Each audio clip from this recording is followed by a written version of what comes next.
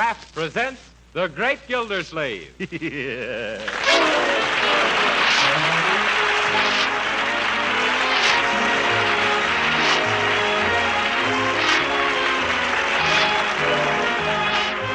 Each week at this time from Hollywood, California, Kraft presents Harold Perry as The Great Gildersleeve, written by Leonard L. Levinson.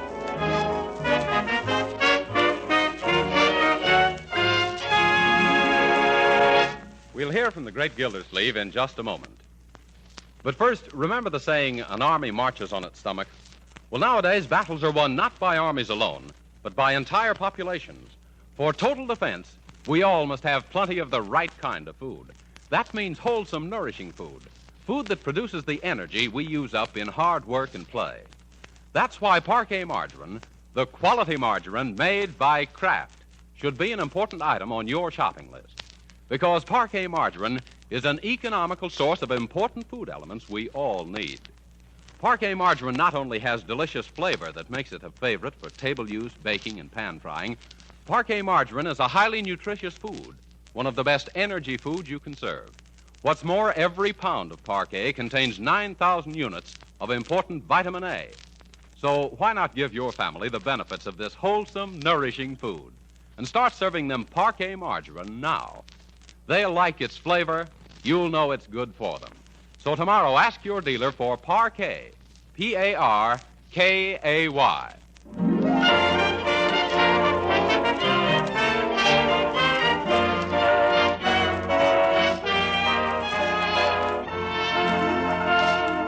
And now let's visit our friend, the Great Gildersleeve.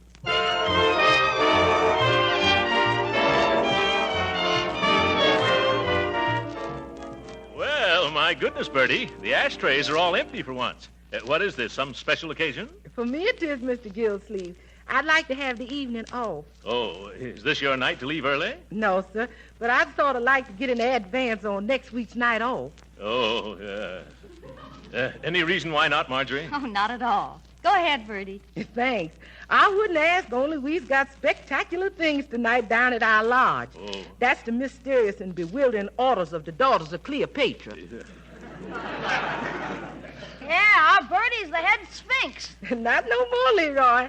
I's now the exhausted ruler of the pyramid. Yeah. I's been promoted. Yeah, I see. Does that make you the head man? No, sir. I's practically a stowaway on the royal barge of the ancient Nile. Yeah. And ahead of me comes the major domus of the outer chamber of the inner sanctum. Yeah. Then the chief searcher in the bulrushes for the daughters of Pharaoh. Oh, yeah. And above her comes the royal rejecter of delinquent daughters. Well, isn't there a queen, Birdie? Mr. Gildersleeve, in our organization, every gal's a queen. Oh, my pardon. Well, what are you holding tonight, Birdie? An initiation? No, ma'am. It's the red, white, and blue fish fry in order of, to honor a group of our visiting soldier boys. Oh, yeah. The daughters of Cleopatra is all 100% American. Well, that's a fine thing, Birdie, entertaining your soldier friends. Yes, sir. We've even hired a military jitterbug band. The brown-skinned boogie-woogie bugle boys.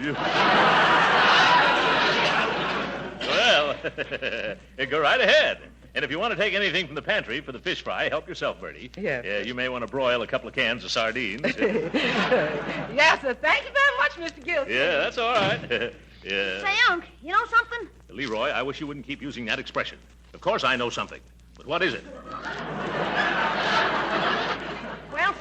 Well, I was reading in the paper where there's going to be about 1,000 soldiers in Summerfield over Thanksgiving. Yes? Well, let me see. Yeah, here it is. Well, City will play host to 32nd Regiment Thursday.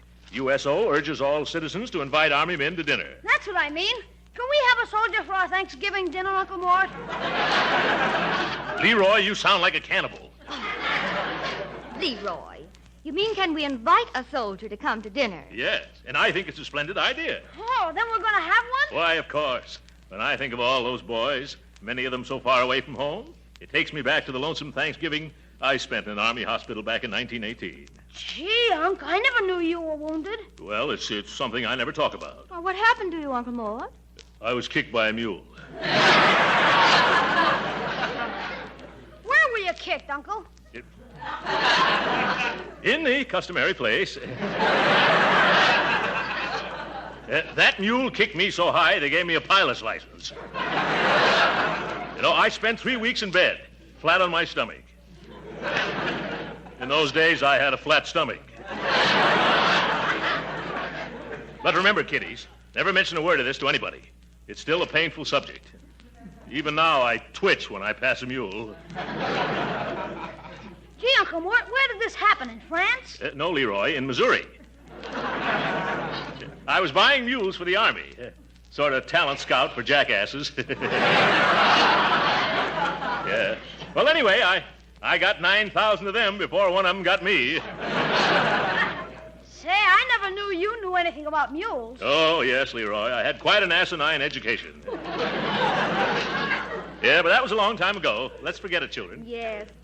Does that paper say how we go about inviting a soldier for dinner? Inviting? Let me see. Oh, yes, here it is. Patriotic families who wish to share their Thanksgiving dinner with members of the Army are requested to be at Bacon Square, opposite the City Hall, before noon Thursday to pick up their dinner guests. The Army men will be bivouacked at the square. What's bivouacked, Uncle? A bivouac is a place where barking dogs are cooled off in pup tents. Yes, I got to remember that. Also that word. Well, then it's very simple. Huh? Just one more for dinner Thursday. Yeah. You can drive down in the morning and pick up one of the boys, Uncle. Gee, that's going to be keen. We better ask Birdie if it's all right with her first, though. Birdie! Yep, it's all right with me.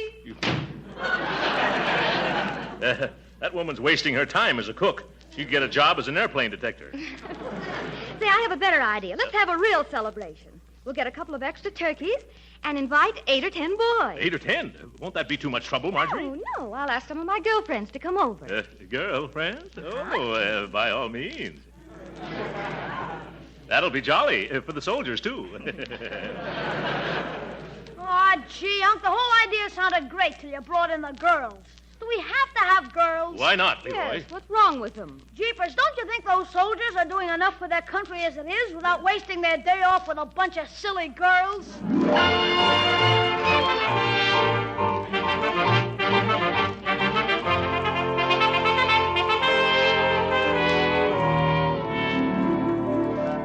And in conclusion, fellow citizens of Summerfield, let me urge you once more on the eve of Thanksgiving to open your hearts and your homes tomorrow to the soldiers visiting our fair city. Yep. Quit popping your bubble gum, Leroy, especially while I'm rehearsing my radio speech. Oh, I'm sorry, Unc. I'm doing it unconscious. Yes, I'm sure you are.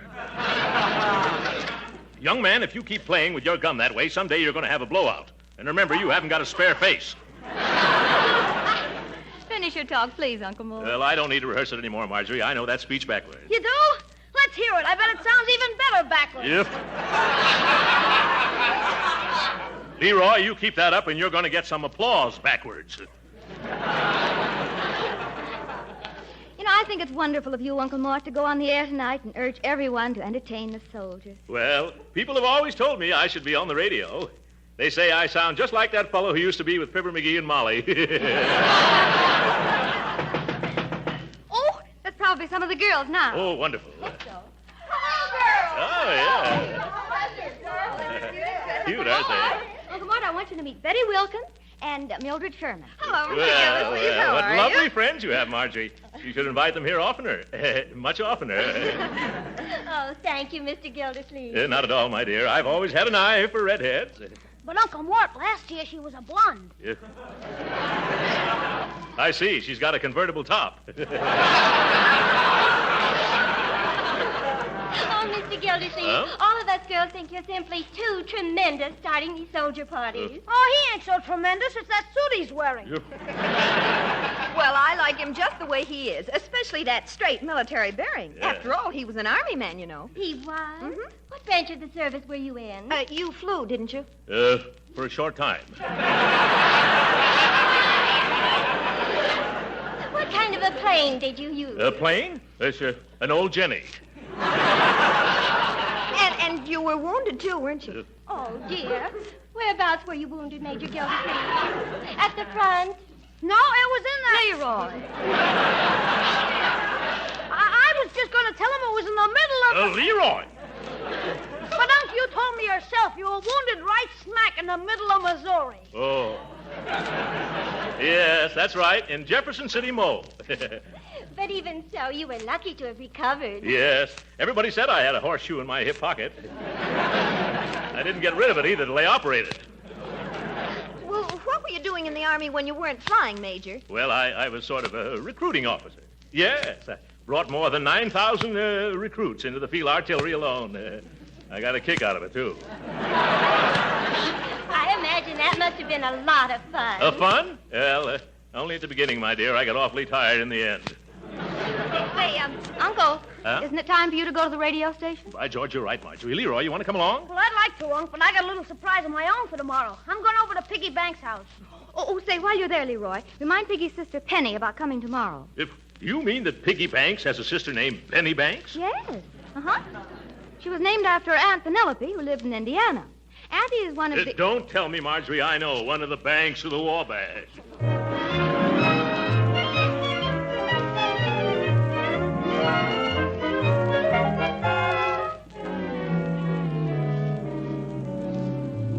Look, Piggy, how's about lending me your bugle? Oh, I don't know, Meatball. What you want with it? I need it for Thanksgiving tomorrow. Oh, you got the wrong instrument. On Thanksgiving, you play with drumsticks. Now beat it. Oh, for corn's sake. Look, Pig, the reason I want it is because we're going to have a lot of soldiers for dinner. So what? We're having our cousin Rockwell. He's a city alderman. Oh, what's a measly old alderman? My uncle used to be a big shot in the Army, a major in the Missouri Mules. What you mean? Oh, well, that's what they called his outfit. Say, he recruited the toughest, meanest, fightingest outfit that ever come out of Missouri. What kind of outfit was it? A field artillery. You know, the cannoneers with hairy ears. Did they really have hairy ears? Oh, brother. I still can't see that this got anything to do with borrowing my bugle. Gee, you're dumb. I gotta make these soldiers feel at home so they can enjoy the turkey dinner. I'm gonna blow mess call on your bugle. Oh, I get you. That's a keen idea, Meatball. Now will you lend it to me? Sure. Swell. Now there's only one thing I gotta do. What's that? I gotta learn how to play a bugle.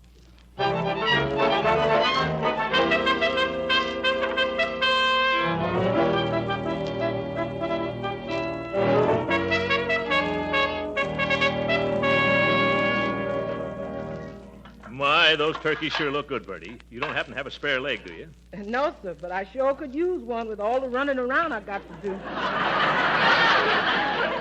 No, Birdie, I mean a spare turkey leg. No, sir. I ain't going to subdivide none of them birds before the 0 hour. Oh. And when I serve them, they're going to be intact, a thing of beauty, and a joy for about 2 minutes. Yeah. How about some stuffing, then? Nobody's going to do no stuffing nohow till everybody does. Yes. And that includes stuffing yourself with stuffed olives, too. Oh, yeah. You talking to me? Yes, sir. I've hardly got enough olives now to spell out welcome 32nd Regiment into mashed potatoes. Huh? You know, people have been coming to the door all morning asking for soldiers for dinner just because you went on the radio last night. Yeah, but I told them to go down to Bacon Square. Jumping jeeps? What's that? Oh, it sounded like it came from the living room. Well, it can't be anything serious. Then again, maybe it can. I'll find out right away. Leroy! Joe. What are you doing? Learn how to blow mess call, Unc. Was that mess call? Sounded more like a moose call. Boy, won't those soldiers be surprised when they hear me blowing the bugle? Yeah, and won't you, too? Oh, gee, give me a little time. All I need is practice. Yeah? I heard in school that Grace Moore practices 6 hours a day. Yeah, a lot of good it does her. I bet she still can't play the bugle. Well, it's a sweet thought, Leroy, even if your music is sour. Oh, there's a doorbell. I'll get it, folks. Yes? Excuse me, please. Is this the gentleman who was speaking last night by the radio from Soldiers for Thanksgiving? Yes, madam. Well, permit me to introduce myself. Mrs. Shapiro, glad to meet you. How do you do, Mrs. Shapiro? Glad to meet you. What can I do for you? Well, I got right now in the oven a nice young kosher turkey, and I am wanting a soldier who is likewise. You. I'm sorry, Mrs. Shapiro, but I haven't anything to do with these soldiers officially. You'll find them down at Bacon Square. Please. If the soldier boy I'm looking for is at Bacon Square, then he's not the soldier boy I'm looking for. Goodbye.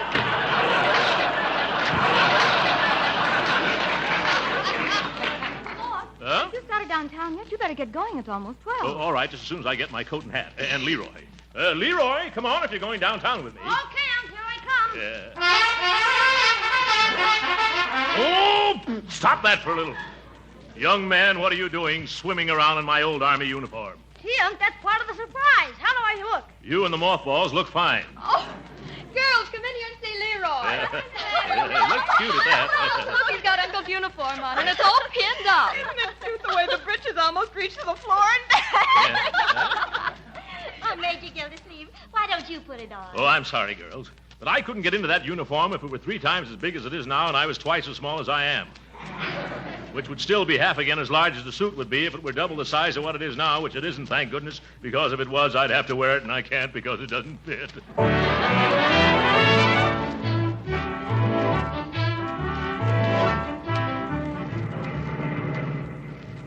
Leroy, with all those girls coming over to our house this afternoon, I'm going to have to ask for about 12 soldiers instead of 8. Oh, that'll be super, Unc. Huh? Say, look at all those tents.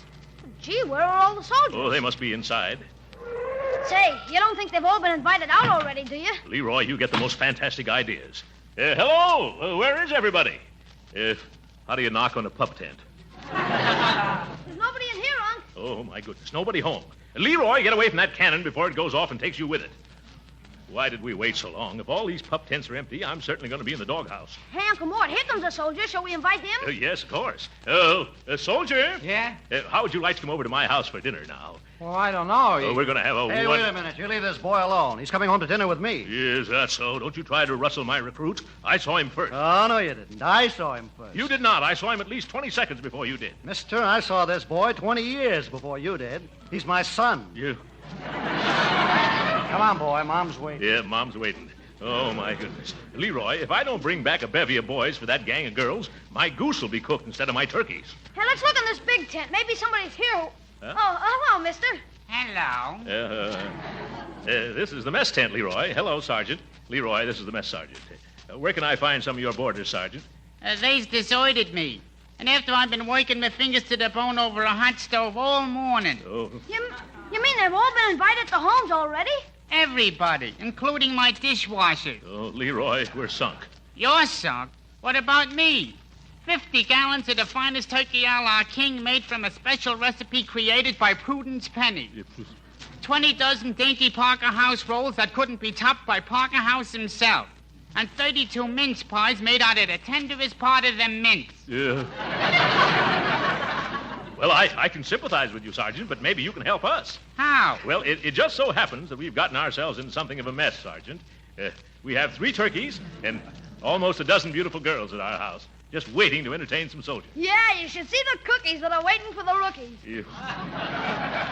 You'd have a wonderful time at our house, Sarge. How about taking off that apron and coming with us? I'm sorry, sir, but I'm on duty. Yeah? Like the captain of a ship, everybody else can leave. But I gotta get down with me pots.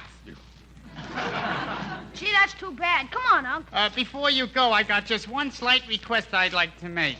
Would you please take a taste of my turkey a la king? Well, I don't think Oh, come on. Huh? Just one teensy-weensy little taste. Well. Just so I didn't labor all morning in vain. Here. Conscientious, isn't he, Leroy? Well, thank you. You have some, son? Thank you, but it has spoiled my appetite for dinner. And I've been saving this appetite for a week. How do you like it, mister? Well, I think I'll have a little more. Oh, no, Uncle Mort. Come on, we gotta dig up some soldiers. You're right, Leroy. Are you sure you won't come with us, Sarge? No, buddy. Duty is duty. And besides, the colonel would be sure to catch me if I sneaked out. Oh, the colonel. I'll bet he's got a few soldiers up his sleeve. Where can I find him? Way over there at the other end of the square, sitting in his tent. Yes. Well, come on, Leroy. We'll lay our troubles in his lap.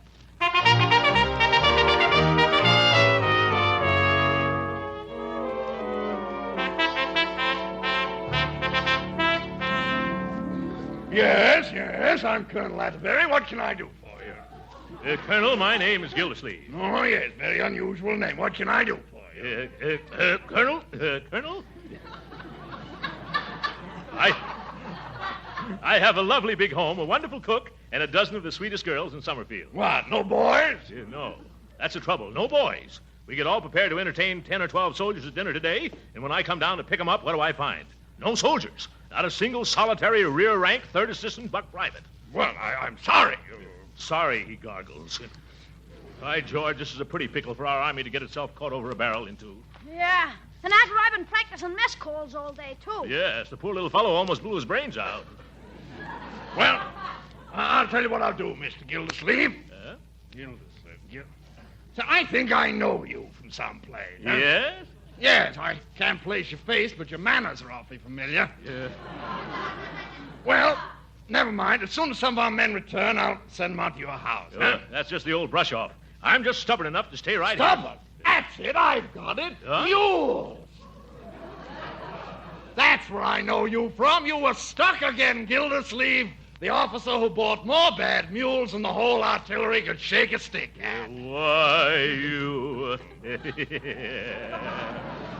Don't pay any attention to the way he jokes, Leroy. Great kidders, these Army men. Well, Colonel, now that you recognize me, I hope you'll trot out some suitable recruits for us to take home. Gildersleeve, I've got just the right detachment for you. Wonderful. Who are they? Some old friends of yours. A whole corral full of mules. They just love to be your guests. Come on, Leroy. Let's get out of here. What am I laughing at? Darn it. Wish you'd invited me to go to dinner today.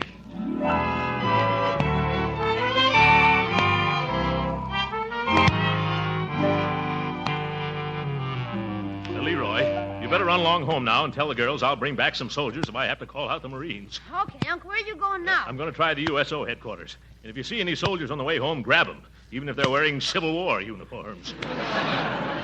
I'll do my best, Uncle Mort. See you when you get home. Yeah, all right, Leroy. Look who's standing on the corner.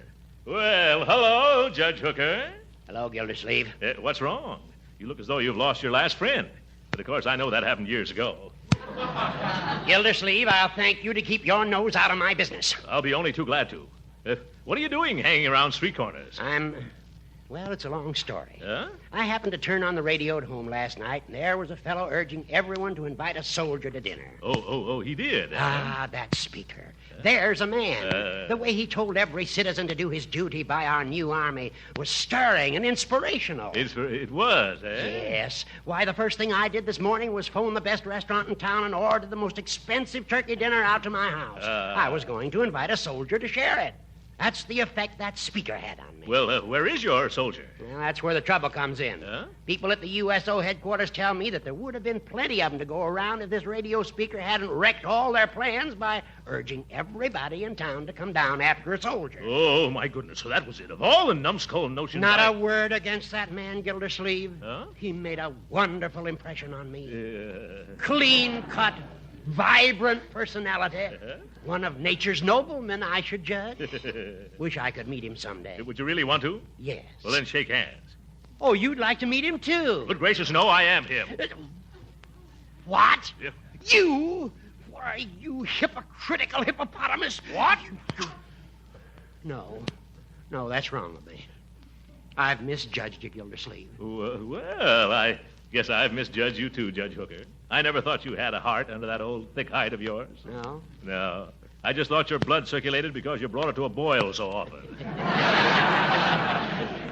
What are you doing roaming the streets on Thanksgiving afternoon, Gildy? Yeah, same thing as you are, Hooker. Looking for some military men to fight their way through a couple of 20-pound turkeys. Well, suppose we do our hunting together, Gildy, old pal. Why not, old chum? After all, this is Thanksgiving Day, and we should treat each other like human beings for change. Splendid. That goes for me, too. At least for today. Yeah, well, come on. You work this side of the street, and I'll take the other side. All right. Oh, boy. Wait a moment. What is it? Look, here comes a young fellow in uniform now. And I saw him first. Yes, that's so. Hey, son, come here. Stop that, you double-crossing little botfly. Young man, how'd you like a delicious turkey dinner? Huh? Who, me? Yes, he wants you to come up to my house. I don't either. I'm in my house. I've got a great big turkey just for two of us. We got 4 turkeys at our house, and we'll give you a whole one for yourself, son. Oh, gee whiz, I couldn't eat that much. And besides, I'm supposed to report to USO headquarters. They're closed for the day, Corporal. Come on out to my house. Oh, but I'm not a corporal. Of course not, Sergeant. Now, my car's right over here. So if you'll excuse us, Judge... Nope. Come this way with me, Lieutenant. You wouldn't like it at his place, Captain. Oh, now, gentlemen, please, let go of me. Hey, you're tearing my uniform. Let go of the major's uniform. Yeah. Let's trot along. Okay, if you want to get indigestion. Now, my turkey is... His turkey is as old as he is and just as tough. Hey, I wish somebody would tell me what this is all about. Don't let him confuse you, son. I'll take you to a movie after dinner. A movie? We're going to have dancing at our house. You'll have 12 beautiful hostesses to dance with. Oh, who wants to dance on a full stomach? You do, don't you, son? Well, gee, I don't know. I never learned. No time like right after dinner. Come on, that's my car right over there. Of all the low-down, backbiting, double-dyed, unscrupulous louses, I've had enough. Come back here, young man. Who, me? Yes, you. I'm going to start off entertaining you this afternoon by making this fat worm fold up like a road map. Here, hold my coat. I'll be very glad to. No, I won't. Now, see here, Hooker. You point a pinky at me, and I'll beat the daylights out of you and then back in again. Hey, gee, aren't you two fellas a little too old for this sort of thing? If you keep out of this. Who invited you to... Say, I invited you. Come on, let's go home. No, you don't, Gildersleeve. I'm going to knock you colder than an Eskimo mother-in-law's kiss. Why, you all... Oh. What's the use of quarreling like this? If you've got your heart set on taking this young man home, Judge, I won't stand in your way. Yeah, but haven't I anything to say? No. Gildersleeve, do you mean this? Yes, Judge. Go on and get your car. Hurry up now before I change my mind. All right. You just wait right here, soldier. I'll be back in a jiffy, and then we'll have a wonderful dinner. Yeah. Happy Thanksgiving, Gildy. Yeah. Gee whiz, mister. You got me all confused. Do I have to have dinner with that other gentleman? With that old goat? Of course not. Huh? Wait till he turns the corner. All right, come on now. Run like anything. But the judge went that way. I know that. My car's this way. Hurry up, boy. Huh?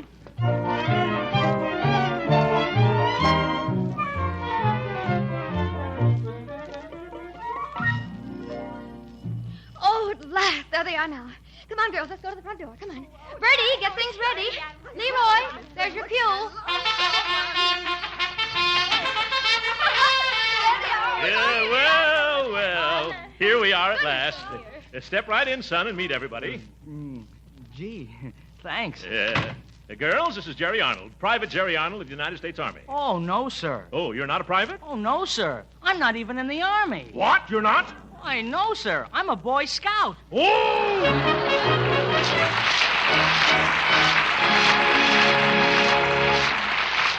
The great Gildersleeve will be with us again in a few minutes. But right now, whether you celebrate Thanksgiving next Thursday or the week after, there's one thing that's the same everywhere. Yes, that turkey's going to taste mighty good with all its trimmings and fixings. And we all want to remember that we Americans still have plenty to be thankful for.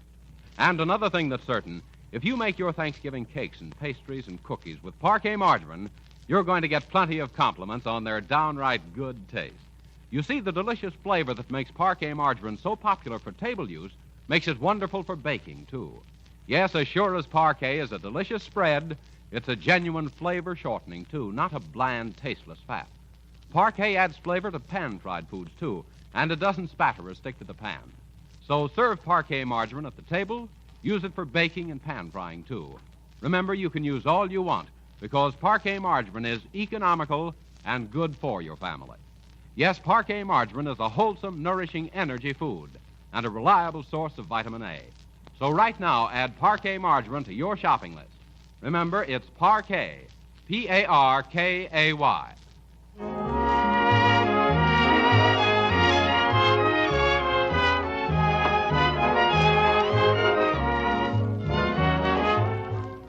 Sorry, our time's up. Happy Thanksgiving, ladies and gentlemen. Good night.